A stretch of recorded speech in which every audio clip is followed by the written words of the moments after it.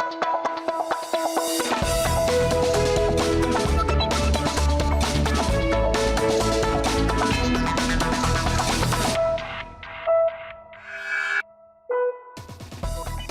choosing Most leader Božo Petrov as the new speaker, the 9th Constitution of Croatian Parliament was formed yesterday.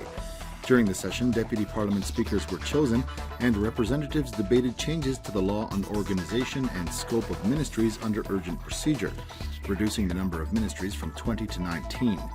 MPs also changed the number of central state offices from 4 to 6 and debated rights and obligations of state officials. According to the new law adopted in Parliament regarding the organization of state ministries, the Ministry of Entrepreneurship and Crafts will be joined with the Economy Ministry and now be called the Ministry for Economy, Small and Mid-Sized Business and Crafts. The Ministry of Environmental and Nature Protection will take over the field of energy from the Economy Ministry, as well as water management, and will now be called the Ministry of Environmental Protection and Energy.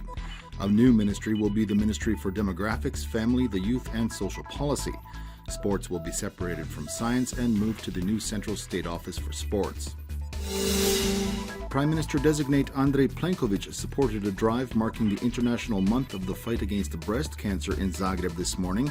He said that the new government will take into account measures related to the family and support for mothers and the youth, creating economic preconditions that enable families to have more children and for the population of Croatia to grow, instead of continuing the current negative trend. A 62-meter ship intended for tourist cruises was released into the sea at the Brodosplit shipyard today. The ship is the first in a series of 5 identical ships that Brodosplit is building for their own shipping company. The ships will be offered on the world tourist market for rentals spanning several weeks. Brodosplit abandoned building tankers and bulk carriers about a year ago and is turning more and more to building tourist ships. The month of Croatian books begins today, an event that has been promoting books and reading as a social value for more than 20 years. This year's motto is "I'm reading at 100 per hour," while the host of the event will be the coastal city of Šibenik. Librarians have announced some 2,000 programs to be held at 200 libraries. According to statistics, about half of all Croatian citizens have read at least one book in the last year, with the average being 5. At today's opening at the Šibenik City Library, 2 exhibits are being held, all marking 950 years since the first mention of the city, and 400 years since the publication of a book of inventions and projects by Faust Vrancic from Šibenik. The month of Croatian books runs through to November 15th. In sports, Slaven Belupo and Dinamo opened the 12th round of play in the Croatian Football League. The 1-0 win for Dinamo was the first under new coach Petev. Junior Fernandez scored the only goal of the game in the 79th minute. Today, Lokomotiva plays host to Istra and Inter faces Cibalia.